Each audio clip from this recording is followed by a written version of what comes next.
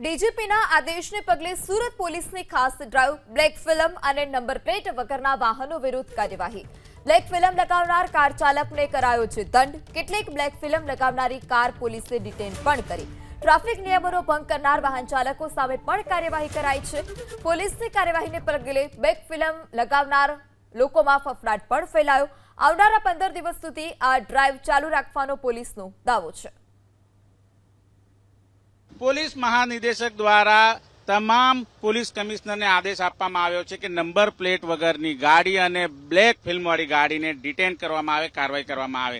ABP અસ્મિતાની team મોજૂદ છે અત્યારે સુરતના વાય જંકશન ખાતે અને વાય જંકશન ખાતે પોલીસની કાર્યવાહી છે એની શરૂઆત છે થઈ ચૂકી છે। આ તસવીરો તમે જોઈ શકો છો। અત્યારે એક કાર પકડવામાં આવી છે GJ21Y5931 અધિકારી છે, બ્લેક ફિલ્મ છે એ કાઢી રહ્યા છે અને તેમને કાર્યવાહી પણ કરવામાં આવી છે। દંડની કાર્યવાહી છે એ કરવામાં આવતી હોય છે ત્યારે પોલીસ અધિકારી દ્વારા તમામને છે મેમો છે એ પણ આપવામાં આવતો હોય છે।